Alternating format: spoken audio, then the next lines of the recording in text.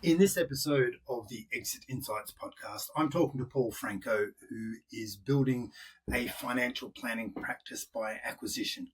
Paul's got a fantastic story of how he built and owned his practice for a good number of years, and he realized that the growth by the organic growth of his organization just wasn't helping to achieve the goals that he was looking to achieve. So he embarked on this program of acquiring businesses. He got really clear with the help of a coach, an EOS coach, who helped him guide and structure what he was looking to achieve. And he's very deliberate, very structured in how he approached, who he approached, and what was a good fit for his firm, and considering both cultural and commercial aspects. The thing that I love about this episode and what I learned from talking today was that his approach was not to just acquire businesses where he could get all the upside. His approach was to go, let me find some businesses where the owners have already prepared their business for exit. That makes it a whole lot easier for me to acquire the business. It makes a good exit journey for them, and it helps me go on and integrate the business and then acquire another business even faster, which is all on the cards for him. It is a really interesting episode to listen to. I hope you enjoy it, and thanks for listening to the Exit Insights podcast. Welcome to the podcast that's dedicated to helping business owners prepare for exit so you can maximize value and exit on your terms. This is the Exit Insights podcast presented by Succession Plus. I'm Daryl Bates Brownsword, and today I've got Paul Franco who's joining me. Paul's quite an interesting business guy. He's in the market of acquiring financial planning practices. Paul, why don't you position yourself and just share with the audience what it is you're doing and what your market strategy is. And then, if it's okay with you, what I'd love to do is dig into your thoughts and ideas of when you're looking at financial planning practices to acquire, just how you analyze them, what you're looking for, what you run away from, and just so that the listeners can see and get a feel from someone who's in the marketplace actually acquiring businesses, what looks like a good deal to them. Because, we can talk all day about, what a good deal looks like and the theory behind it, but I'm sure it's going to have so much more value coming from someone who's actually out there doing it day to day. So welcome, Paul Franco. Thank you very much, Daryl. I'm a 30-year veteran of the financial planning business. I'm in Colorado Springs, Colorado in the United States. And about, maybe 10 years ago, I started looking at my business and saying, I need to grow and I need to grow fast. And how am I going to do it? One client at a time. It seems like no matter what marketing I did, I would either, I'd bring on 10, 12, 14 clients a year. Didn't matter if I did anything or if I did a whole bunch of things. It just didn't matter. And so I looked at the world out there and I saw how all the financial planners all over the world are getting. The average age of a financial planner is well into the 50s, maybe even early 60s. And it just seemed to make a lot more sense to me to buy an entire practice and bring on maybe 100 or 200 clients rather than one at a time. And so that's what I've been doing for the last 8 years or so. And I've done 9 or 10 of these deals. Okay. And that type of strategy is known by growth by acquisition, is generally referred to. So, Paul, I think you mentioned 8 or 10 years ago you started with this strategy. How long had you been? Now, I know you said you've been a veteran of the industry, but how long had you been running your own practice for before? And what sort of growth rates? I think you said eight or 10 clients a year, or 10 to 15 clients a year, and it didn't matter what marketing you did; it seemed to not influence that. But how long had you been running your business for before you changed or adopted this strategy? It was about 20-ish years, 22 years that I've been working as a solo practitioner. So 20 odd years, sort of marginal growth, slow, steady growth, and then you figured out, well, maybe I should start acquiring practices and picking up 100 or so clients per year. So now that you're acquiring 100 clients or new clients a year, how do you service those? Well, it just really varies, because in some cases the advisor is sticking around for several years and continuing to run it on their own. In other cases, what happens is we have a team of advisors and we've just split them up between us. When one classic example is we had a gentleman who I had done a succession agreement with. He was in his late 60s. and he had no plans to retire, but then all of a sudden he got fired. He got let go from his firm and called me up on a Saturday morning and said, "Hey, do you still want to buy my practice?" And so we had to jump in and see a whole lot of people very, very quickly. But it quickly weeds itself out because just like most people's business are like this, where you have your core people that you see regularly. The core people, it's the 80-20 rule, that the core people that are generating the revenue for your business. And then you have an awful lot of people that don't require an awful lot of service. And so those you can hand off. Most of those can be handled by, the support staff in the office for the most part. So Yeah, it somehow we've managed to do it. beautiful. So, so did you mention how many businesses have you acquired now? 9 or 10. Yeah. We Nine or just did a succession agreement with an 81-year-old advisor here in Colorado in Okay, January. we'll dive into that in a second. So, of the 9 or 10 that you have acquired, how many have you looked at, Paul, to get to those buying or making offers on 9 or 10? Oh boy. It's probably been about 30 to 50, because you go look at them and you talk to them and you quickly find out that there's not a fit, or they've got somebody else in mind that they're already talking to that's a better fit for them, or you look at them and you say, "Ooh, yeah, we're not going to get along," and so we just it's kind of a magical thing when you get to somebody that you really feel like you can work with and and you develop a personal relationship with, and that's kind of the key first step, is that personal relationship. But yeah, there's a lot of talking to people to get to those nuggets of gold, so to speak. Okay, so when you're filtering, one of your first criteria is there a match? Is there a fit between, I guess, you and the current owner? And if there's a match between you and your current owner, what are you thinking? There's much more likely to the transition strategy is going to go smoothly. And if they like you, or if you like the owner, there's a fair chance that the client base is going to fit with you just as much as they do with them. That your service style is going to be a good fit for the clients. Is that the mental process you're going through? Yeah, one of the big things that we do is we have our four key values that we've defined as a team. The first one is that you have to be kind and thoughtful, and that one is non-negotiable. If they don't have that, then we probably can't work together. We want somebody who's always growing. We want somebody who's living life to the fullest, and we want somebody who's got some kind of commitment to service to the community. And like I said, if they're kind and thoughtful, that's the one that they have to have. And then we look for of the other ones, of the other three, two out of three were good. And if they don't have that, we tend to go elsewhere and say, this maybe isn't such a great fit. And we find that when we use that screening process, is there a match with our values, that we tend to avoid a lot of problems. And when we how do I put it? We had one here recently where I thought it's really hard to judge some of these things because everyone's on their best behavior when Yeah. you're first meeting. But we thought we had a good fit. But once we got into it, we realized we hadn't honored our values. And it's always in retrospect you look at it and you say, "Gee, that should have been obvious to us." But we hadn't made it as clear as we thought it was, and made a mistake with our hiring on that one. Okay.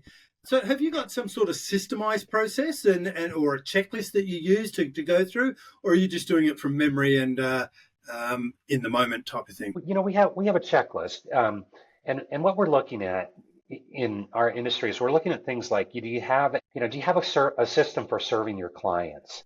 Are you scheduling regular meetings with them? These seem like obvious things, but you'd be surprised at how many people don't do Yeah. this. Are you contacting your clients regularly? Are you talking to them or having some kind of method of dripping on them at least 4 times a year? When you look at like your support staff, do you have good systems for keeping them around? Do you have like incentive compensation? Are you using a payroll service? Are you doing it on your own? How old are your assistants or the people that are working for you? Are they going to leave when you leave? Or can we count on having that support available? Do you have something in mind as far as like what's your next hire going to be? Um, are your clients older than you are? And a lot of the people that I'm talking to are in their late 60s. Most of them are, or maybe even 70s. And you know how it goes. You tend to work with people your same age or older, and it's not so valuable of a practice if your clients are going to be dying off.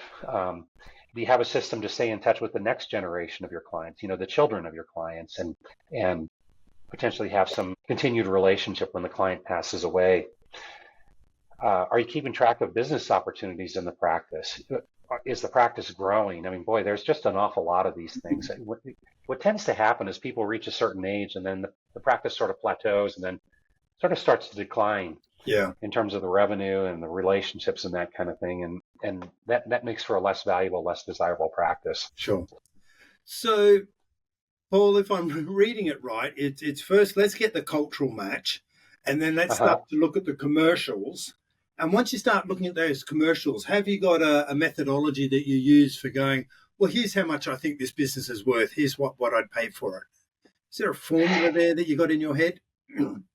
Yeah, and it's really quite simple. For most of the practices, we're looking at just a multiple of revenue because a lot of them, you look at the average advisor that at least the ones that we're talking to, it's usually quite simple, and you can look at it and say, well, okay, if we're going to start at a baseline of saying one times non-recurring revenue, two and a half, based on a number of factors, some of which I've already mentioned. Yeah. Are they doing ongoing financial planning and charging a fee for the planning and taking a comprehensive approach? That makes the practice worth a lot more. If they're doing oddball products, for example, I'm talking to an advisor here in Colorado who does a lot of alternatives, and he thinks that's the greatest thing ever, these alternative investments. But when you're looking at the value of these things, it lowers the value because, for one thing, they're a compliance headache. Compliance departments don't tend to like these alternatives. They don't tend to like practices that have a high percentage of these things. So we're starting at a baseline of saying this is about what practices are going for, but we'll mark it up or mark it down based on some of these other factors that I've mentioned. And then when you get into bigger practices, you're looking at more like a multiple of EBITDA. And we don't tend to do a lot of those. We tend to try to keep it as simple as possible. And if we can do it just and it's interesting because so often when we talk to the advisors, they're looking at it and saying, "What? This is what my practice is worth? I really had no idea." So they tend to be open and receptive to the idea of keeping it simple and just doing a multiple of recurring. So that valuation they're hearing is greater than what they were thinking. Generally speaking, yeah, Wow. because an awful lot of these advisors just they reach a point where they've decided that they can no longer work or they're forced out of the business and they just shut their door. Okay, so are the type of practices you're buying, are they? Can you describe to us what they look like? What's a good opportunity for you? What are you looking to create? You know what I have an avatar who I call Chuck, and Chuck is a guy who's usually in his late 60s. He's sitting in an office with either by himself or he's got a part-time assistant who he's worked with forever. Oftentimes it's his spouse or maybe a child. And he tends not to have any kind of service systems. If you walk into his office, the decor is out of date. He might have a fish tank where the water is about, 3 or 4 inches lower than it ought to be. He's happy to, if you drop in, he'll say like, "Oh, I'm a little busy, but well, I've got time for you." And he's happy to sit down and chat with you. Loves his family, loves his clients. They love him. It's oftentimes when you're sitting there talking to his client, the clients are dropping by and bringing him some cookies that they baked, that kind of thing. But he's really not working on the business all that much. And so he's sitting there saying, "Well, gee, I'd like to exit, but I don't know. What would be nice is to continue doing this because I don't know what I would do." And when you start the conversation with him, he realizes that there's a nice payout and that he could exit the business. You'll still say, "Gee, I'm not sure that I want to leave, but I don't know. Maybe if you'll keep me around for a little bit," which is a big headache for me, by the way, if they decide they want to stick around. And so we're tending to talk to people that have maybe outlasted their welcome in the industry, and really should have already retired, but they haven't. And so it tends to be a rather simple type arrangement. I'm not having to worry about like, complex strategies that they're doing or complex staff or that kind of thing.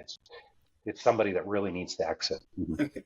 So am I right in understanding that it's your classic suburban style financial advisor, been around forever from the old insurance days, got great relationships, for your average mum and dad type of family financial planning, may have a couple of, high net worth clients in there that they got lucky, or the family got lucky and came into some wealth. Mhm. But apart from that, it's bread and butter, average, middle of the pack type of thing in your local city area. Yep, that for me, that's my sweet spot. And one of the reasons why I like those is they tend not to be on the radar of other people who are doing practice acquisitions. And it's kind of funny because you talk to them and they'll say, you ask them like, well, how many different firms have you been with? And they'll say, well, I started with X firm and then they got bought out by so and so. And they'll say like, I'd never actually changed firms, but I've worked for 7 or 8 of them because they've been Right. bought and consolidated and that kind of thing. Yeah. They tend to be old school broker type people that are just now getting involved in a fee for service type business. Sure.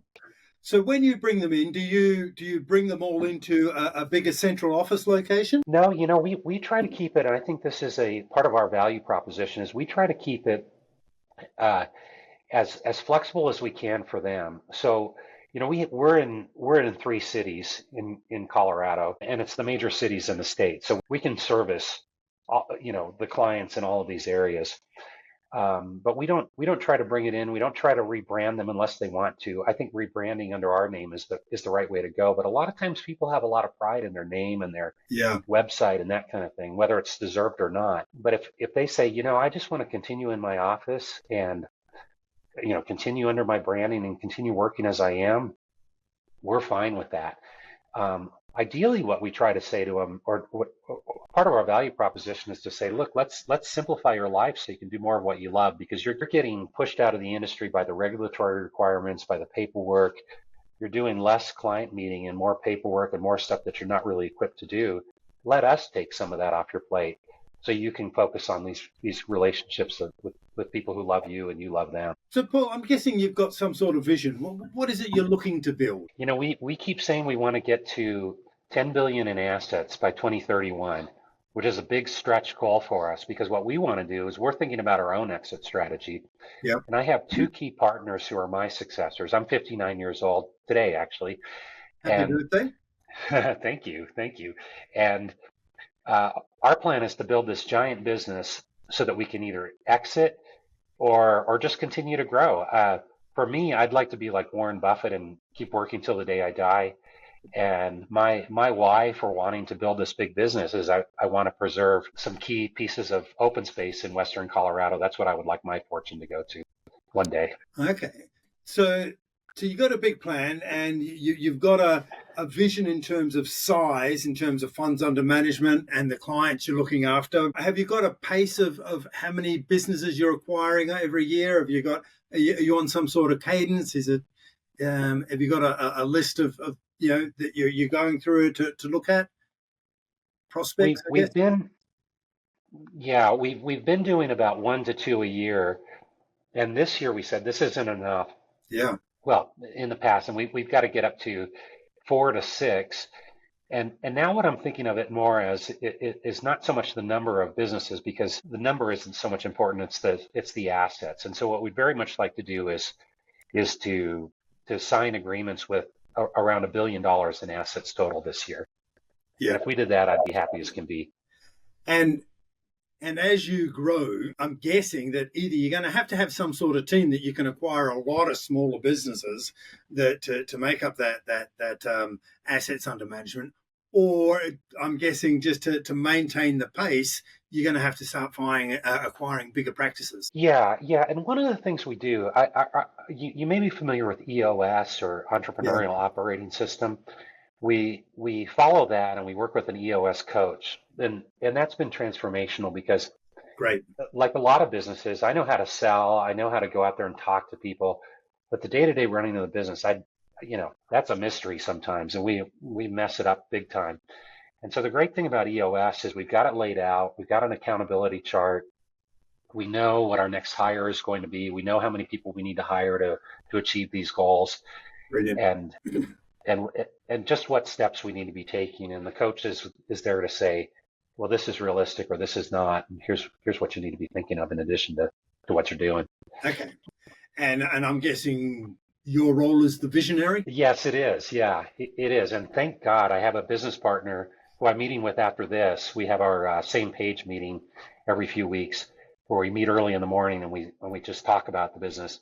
But thank God I have an integrator who is very good with the details, and she's taking care of all of it and respects my role to just let me go do my thing as the visionary. We talk about the systems when we're working with businesses to help them become exit ready. We go, well, one of the things you need is structure. And one of the things you need is to demonstrate that structure, which shows any potential acquirers that the business isn't dependent upon the owners, but it depends upon the systems. And most businesses systemize the operations. They don't systemize the running of the business. And that's where Mm-hmm. EOS is such great value, because it is, in our view, the fourth most important system, well, not in any order, but it's one of the four key systems of having a management system to pull all of the operations and the marketing machine, which is one of the other systems, and the talent machine, pulling all of the systems together. You still need to run it. And so you need a leadership / management system, and EOS is as good a model as any. Mm-hmm. Yeah, it's fantastic. And what we're trying to do too is, as we're creating our systems, is name them and Yeah. trademark them and copyright it. So again, with the idea being when somebody comes in and looks at our business, maybe they say, these guys have it figured out. It's worth paying a premium for this business when we get to that Well, if point you of name selling. it, you've got some evidence that it exists. It's a starting point that exists. Yeah. Then someone's going to look for the documentation, and then they're going to want to see that it's being used regularly and updated regularly as well. So, and you've got a coach, so I'm assuming all of those things are in play. Paul, I've got a question. So you're looking at increasing the pace of acquisition. How do you know when you're looking at all these? I'm imagining the temptation is to just, especially as you want to pick up the pace, to buy almost anything you come across. And it must be tempting to do that.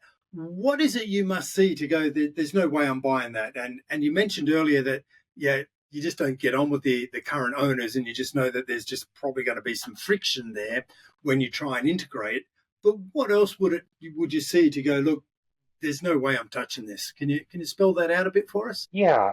A good example is one of the first ones I did, and it was a gentleman named Don, and it was a small practice, uh, totally off the grid, mainly doing brokerage, transactional type business, and I just wanted to buy a business. I wasn't paying attention to what he was doing, and about 2 or 3 weeks before we were getting ready to close, and he was joining our team.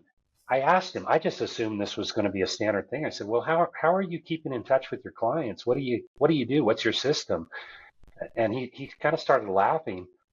And I said, well, I mean, you keep track on the computer and make sure that you're seeing everybody regularly and, have alerts pop up to pick up the phone and call them. He was like, no, I don't do any of that. I said, when I need to see somebody, I just drive to their house and drop in. And which is very, and That I is guess it old worked school. for him. Old school, like 1920s old school. Yeah. I guess what I'm saying is what not to do, because I didn't think to ask that in advance. And it was a little weird because once he came over, he was only around for about 6 months, and then he pulled the plug and he was gone. And I'd pick up the phone and call the clients, and I'd say, yeah, I'd like to set up a time to meet. And they'd say, well, what are you talking about? Why do you want to meet? They had no idea. They had no idea what ongoing service was. And I'd say, if I got in front of them, I'd say, look, well, when was the last time you talked to Don? And they'd say, I don't know, 15 years ago when I bought this annuity or this whatever it was. Um, so since I had a couple experiences like that, and so now I know better than to just watch and say, okay, well, where are these clients located? What are their expectations? Nowadays, you can get on Teams or Zoom or whatever and do Yeah. meetings everywhere. And I've got clients, throughout the United States. But there are an awful lot of clients, if they're not used to that, that's a big deal to get them to want to get online. And a lot of them expect, especially in some of the small towns, they expect somebody to drop by and come visit. Well, I don't want to be out driving around everywhere. So I got to make sure that they're people that are comfortable and technologically adept enough that they're fine getting on the telephone or getting on a Teams call. You remind me, and I see this a lot in a lot of businesses, and not just necessarily related to client service, but all aspects of running a business. And when someone's running a business or doing something in a particular way, they're very familiar with it. It's their norm. It's their standard way of doing things. And it's easy to fall into the trap of thinking, taking it for granted that everyone does. This is the baseline. Everyone does it at this level. And when we're doing it every day, we tend not to value something. So, and I can see that when you're doing something and running your business a certain way, it would be easy to fall into the trap that doesn't everyone do it this way? This is the baseline. Everyone's doing it like this. So, good to have that checklist in place of using it as a filter and just remembering of all the various bits and pieces you need to check in on and asking when you're assessing a potential new business to acquire, similar to how you set up new clients, I imagine. Yeah. Another example might be, I had one. This was actually the very first one I did. The thing that I didn't realize was that the assistant in the business, longtime assistant, had expected to be taking over the business, and I didn't know that. And had I known that, I wouldn't have done it, because I would have encouraged her, maybe done some sort of partnership with her. But not knowing that this assistant wanted to buy the business, or not, I didn't do my due diligence to find out that this lady expected a piece of it. And at the time, this was early on in my career, about, let's say maybe 20-ish years ago. And what ended up happening is she split off and went into her, got her securities licenses, started her own shop, and then ended up siphoning away a lot of the clients. And had I known that, I might have gone the other direction and said, no, this is maybe, let's let this one, let's let her have it. That seems to make more sense. Yeah, and we've all got those stories of lessons learned the hard way, haven't we? Yeah, exactly. So let's flip it around, Paul. Let's go. Okay, there's potentially people out there who are listening to this podcast, and they may or may not be direct in your neighborhood, but they're looking to think about, hey, look, I want to sell my planning practice or my business. What are the things, the advice, the tips that you would give them? And I know this may be shooting yourself in the foot somewhat, because they're going to increase the valuation of their business.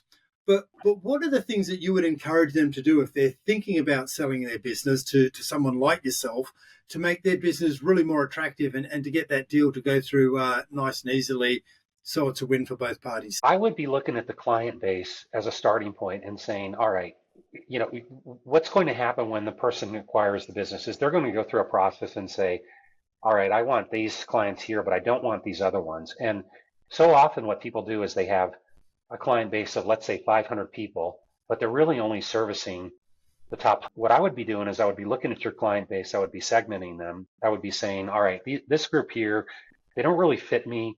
Let's go ahead and sell those off, or maybe I'll turn them into the home office, that kind of thing. Start doing some of that work that the acquirer is going to be doing anyway. I would be looking at the recurring revenue in your practice. So often people have, especially the old timers, they have assets under management that they're not getting paid on. I would be looking, of course, it has to be in the client's interest, but is there an opportunity to move the assets into something that's generating recurring revenue?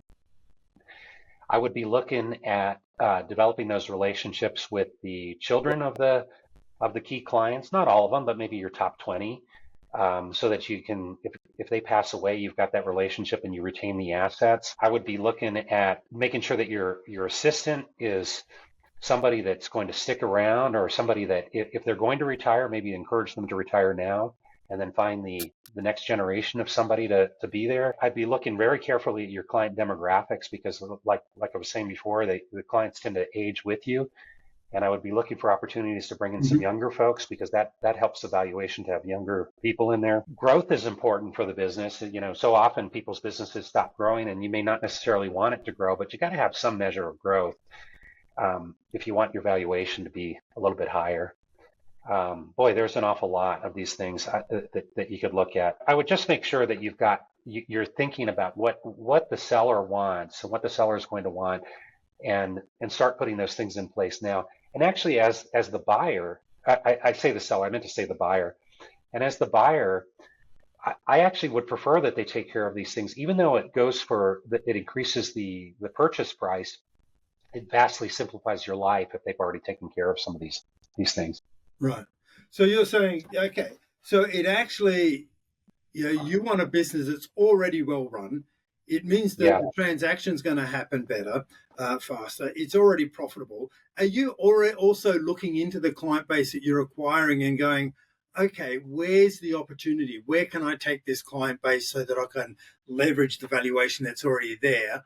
Or are you basically getting the arbitrage and going, well, look, if I buy this smaller practice, I put it into my bigger practice, immediately the valuation goes up because it's now part of a bigger business. Yeah, it's both of those things.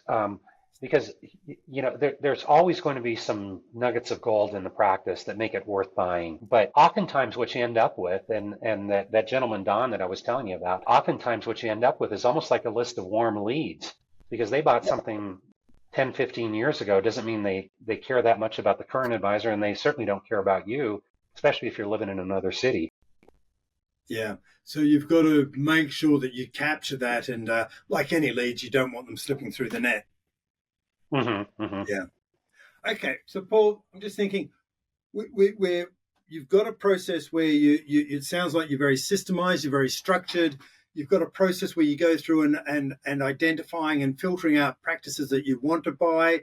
You've got a big vision of where you're going.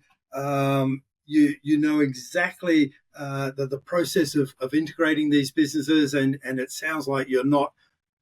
You're fairly open and flexible on the way you do that. What haven't we covered? And in terms of I guess what's the key message you want listeners to take out of our conversation that will help them prepare for exit? I think preparing for exit needs to be something that you start right away, even if you're a young advisor, but certainly if you're in your 50s, even your 40s, you better be thinking about that because so often what happens is you don't get a choice of when you're going to exit. Your health changes, your spouse tells you that you need to get out of the business, your firm decides they don't want you anymore, you run into some compliance issue, you get shoved out of the business more often than not. And what we hear a lot of times is people say, well, I'm just going to stick around, I don't intend to retire. You can't count on that. You've got to be ready for it. And so what I would be thinking about is what's your next stage in life? Because so often people don't know what they're going to be doing.